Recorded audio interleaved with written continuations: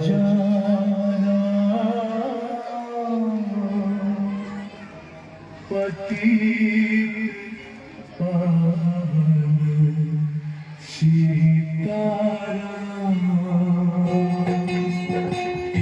ईश्वर अल्लाह तेरा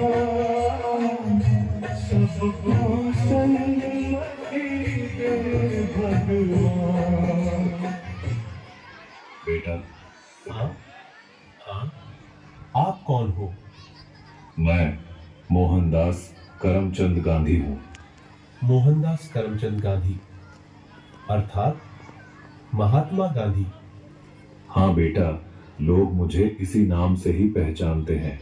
बेटा, इधर आओ। तुम क्यों उदास लग रहे हो?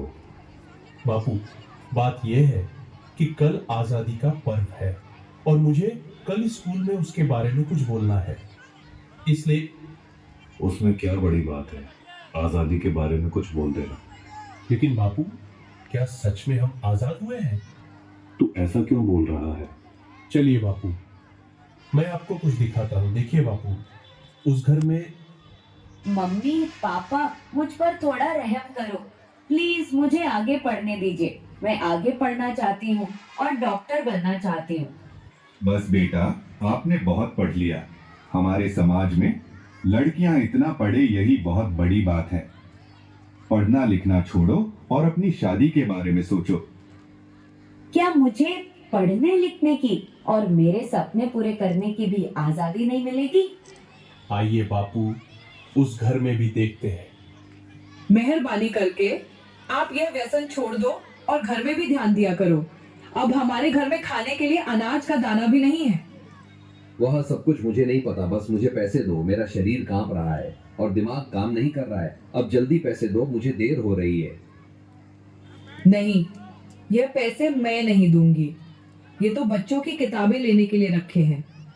चुपचाप मुझे पैसे दो और यहाँ से हटो, मुझे जाने दो। हे ईश्वर, मेरे पति की इस व्यसन की आदत से मुझे कब आजादी मिलेगी? बापू, और आगे चलिए, मैं आपको एक रिश्वतखोर अधिकारी बताता हूँ। साहब, कई दिनों से मैं आपकी ऑफिस के चक्कर लगा रहा हूँ। अब तो मेहरबानी करके मेरा काम कर दीजिए। अरे भाई, कितनी बार बोलूं तुझे, तेरा काम बहुत कठिन है और बड़े साहब मना कर रहे हैं। तुझे जो समझाया है ऐसे करो ना भाई। लेकिन साहब, मेरे सभी कागज ठीक है और मैं अपना हक पाने का हकदार हूँ, तो मैं रिश्वत क्यों दूं? तब तो सत्यवादी हरिश्चंद्र बनकर तुम्हारी सब फाइलों को लेकर इधर उधर फिरते रहो। जाओ, तुम्हारा काम नहीं होगा। हे ईश्वर, हमारे जैसे ईमानदार लोगों को ऐसे रिश्वतखोर अधिकारियों से कब आजादी मिलेगी? चलो बापू, आगे। अरे भैया, ठीक से तोल माप किया करो। गेहूं और चावल तो मिले, पर दूसरी चीज कहाँ पर है? अरे भैया, आपको जल्दी आना चाहिए ना। बाकी सामान तो सब खत्म हो गया है। आगे से ही कम सामान आया था, उसमें हम क्या कर सकते हैं? आपने तो कल ही सामान देना शुरू किया है, तो खत्म कैसे हो सकता है? अरे यहाँ से निकलो भैया, और लोग भी लाइन में राह देख रहे हैं।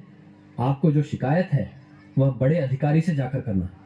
हे भगवान, हम गरीबों को ऐसे अनाज की तस्करी करने वाले लोगों से कब आजादी मिलेगी? देखा ना बापू आपने, क्या आपको लग रहा है कि सच में हमारा देश आजाद हुआ है?